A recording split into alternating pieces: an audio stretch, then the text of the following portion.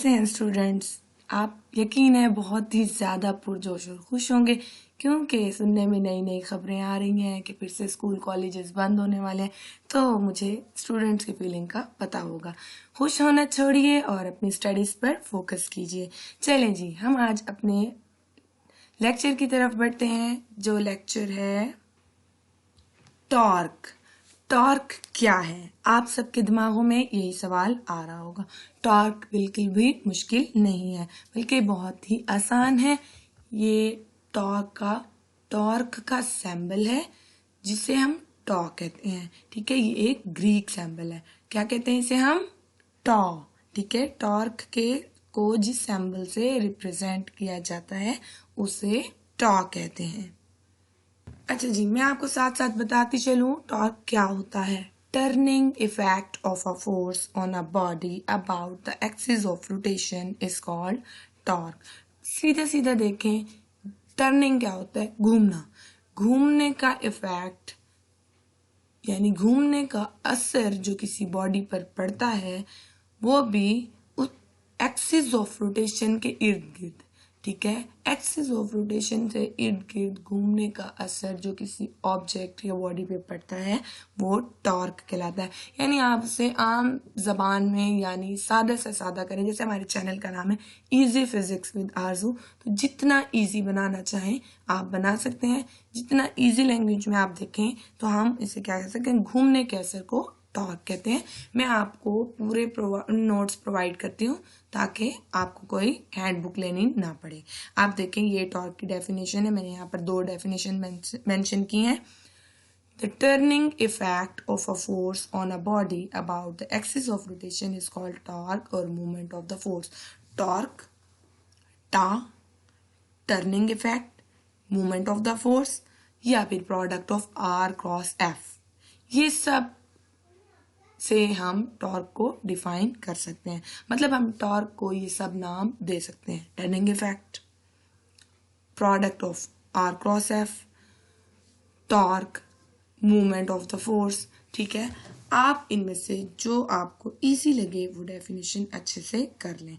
दूसरी डेफिनेशन है number 2, vector product of position vector R and force F. Position vector के ऊपर मैंने एक वीडियो बनाई थी जिसमें यूनिट वेक्टर, पोजीशन वेक्टर, इसी चैप्टर की। अगर आपने पोजीशन वेक्टर की डिटेल में जाना है तो आपको वो वीडियो देखनी होगी। अच्छा जी, अब देखें आप, मैंने आर और एफ के ऊपर बार डाला है। वेक्टर को डिनोट करने के सारे तरीके मैं पहले भी बता चुकी हूँ, मैं आपको फिर भी रिकॉल करवा देती हूँ। वेक्टर को डिनोट करने के लिए उसके वेक्टर के ऊपर एरो डालते हैं या बार डालते हैं या फिर वेक्टर को हम बोल्ड लेटर में लिख देते हैं। ठीक है, मैंने यहाँ पर बार डाला है, तो आपका जो दिल करे पेपर में आप उसके वेक्टर के ऊपर डाल सकते हैं। या तो एरो बना लें या फिर बार डाल दें या फिर बोल्ड कर कर लिख दें। आप देखें टॉर्क क्या होता है। Tau is equal to F R sine theta. ठीक है, इसका मतलब है ये क्या है? Cross product R cross F sine theta. ये पोजीशन वेक्टर आर है। पोजीशन वेक्टर क्या होता है? पोजीशन वेक्टर किसी भी ऑब्जेक्ट की लोकेशन बताता है।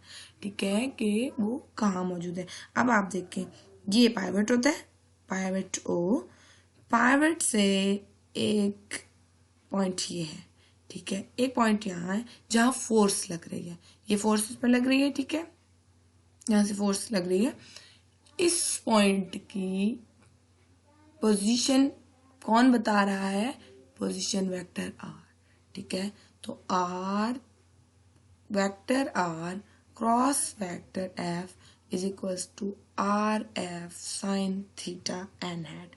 यूनिट वेक्टर की वैल्यू हैविंग मैग्नीट्यूड 1, तो इसलिए यहाँ पर मेंशन नहीं किया गया। ठीक है, टॉर्क की डेफिनेशन अच्छे से याद करें। आपको जो इनमें से इजी लगे इजी से इजी काम करें। ठीक है,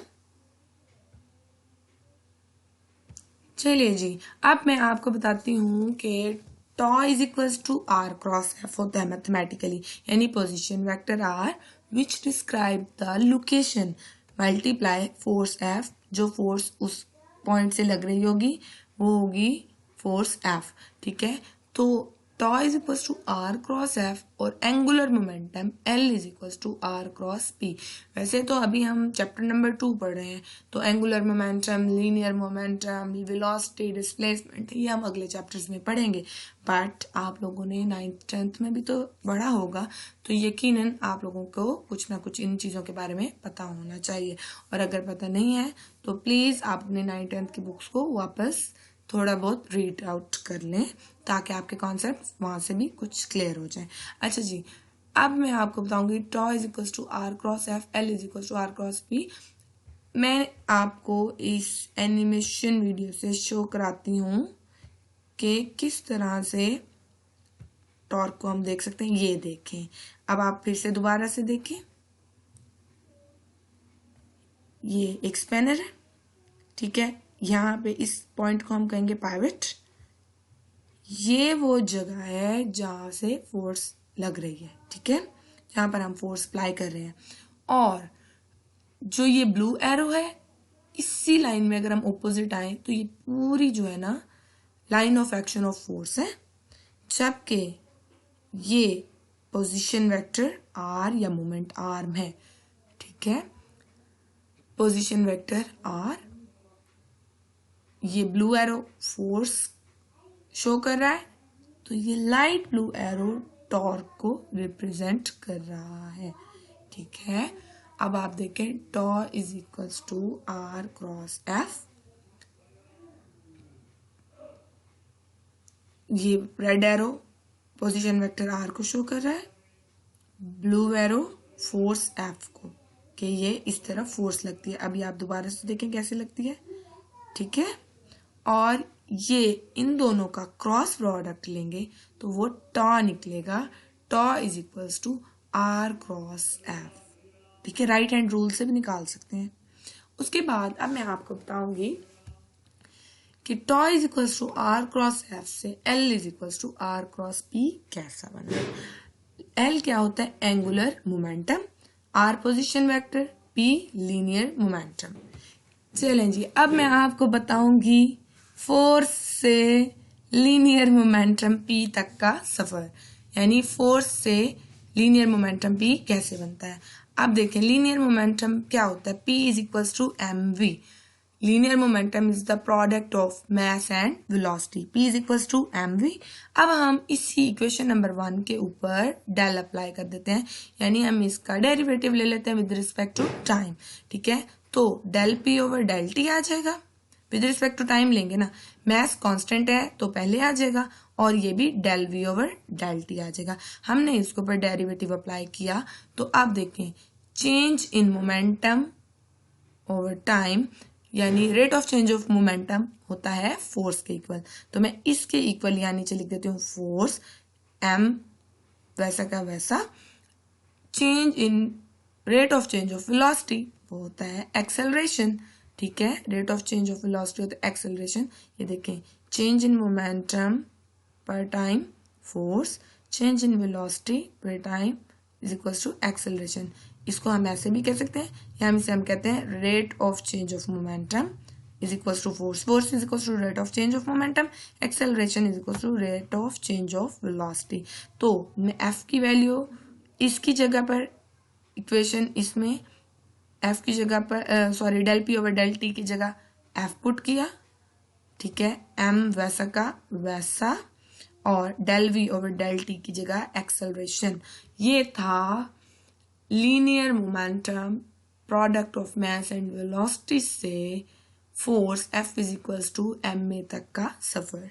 यकीनन आपको समझ आ गई होगी। अब हम चलते हैं कि मैग्नीट्यूड ऑफ द टॉर्क कैसे निकाला जाता है।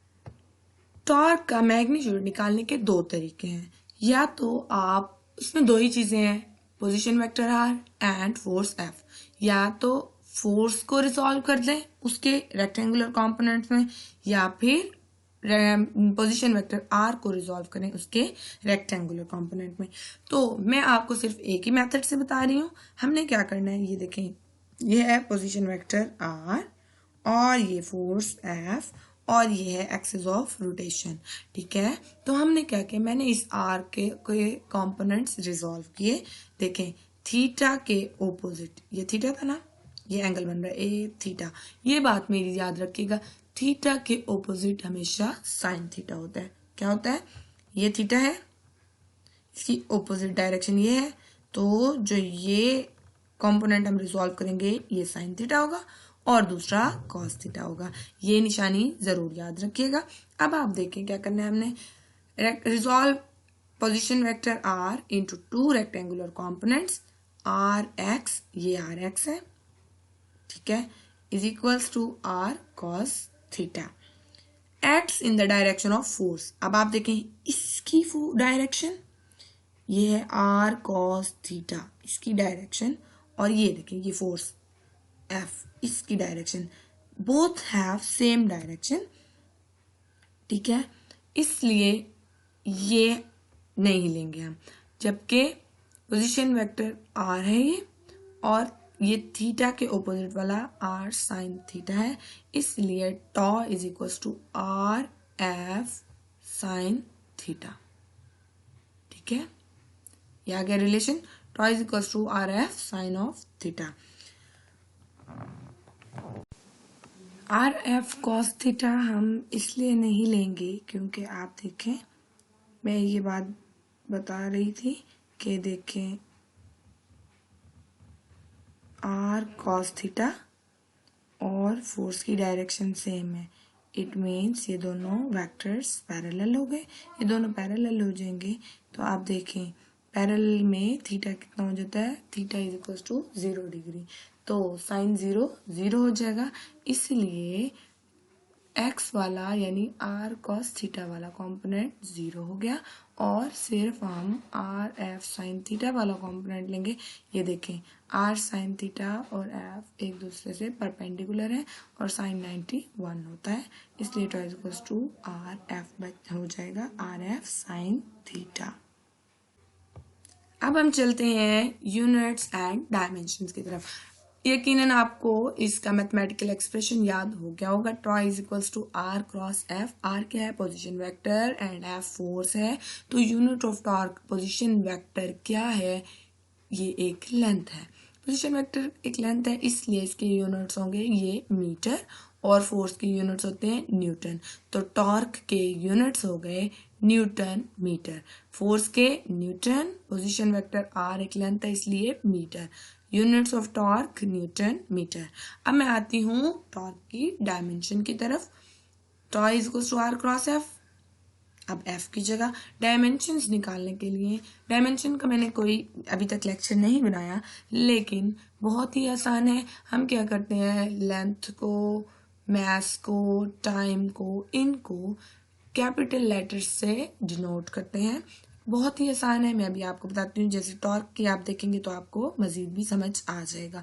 हम क्या करेंगे, हम इस रिलेशन को सिंप्लीफाई करेंगे, यानी मैं इसमें एफ की वैल्यू पुट कर दूंगी, तो F is equal to M में था, तो आर वैसा क्रॉस एफ की जगह एम में आ गया, आर क्रॉस एम में। अब एक्सेलरेशन क्या होता है, हम इसे वेलोसिटी ओवर टाइम भी कह सकते हैं और डिस्प्लेसमेंट ओवर टाइम का स्केयर भी कह सकते हैं। Acceleration is equals to D over T का square.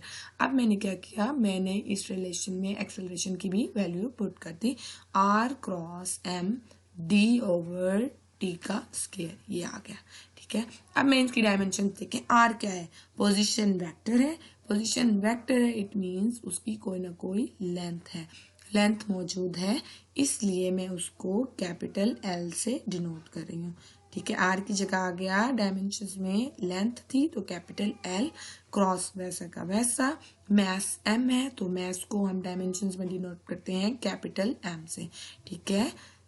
Length cross mess cross, अब डी क्या है, डिस्प्लेसमेंट, डिस्प्लेसमेंट क्या है, वो भी एक लेंथ ही है, तो डिस्प्लेसमेंट भी एक लेंथ है, इसलिए ये एल आ गई। फासला, फासला होता है ना डिस्प्लेसमेंट, तो कोई भी shortest distance between the two points, इसलिए हमने कैपिटल एल यूज किया कि वो भी एक लेंथ है, डिवाइडेड बाय टी का स्क्वायर, तो टाइम के लिए कैपिटल टी हम यूज करते हैं डायमेंशंस में। डायमेंशंस में क्या करना होता है कि लेंथ, मास, टाइम को हम कैपिटल लेटर से डिनोट करते हैं। Thank you for watching and इंशाल्लाह आप मेरे चैनल सब्सक्राइब भी करेंगे और लाइक भी करेंगे, मुझे यकीन है। अल्लाह हाफिज़।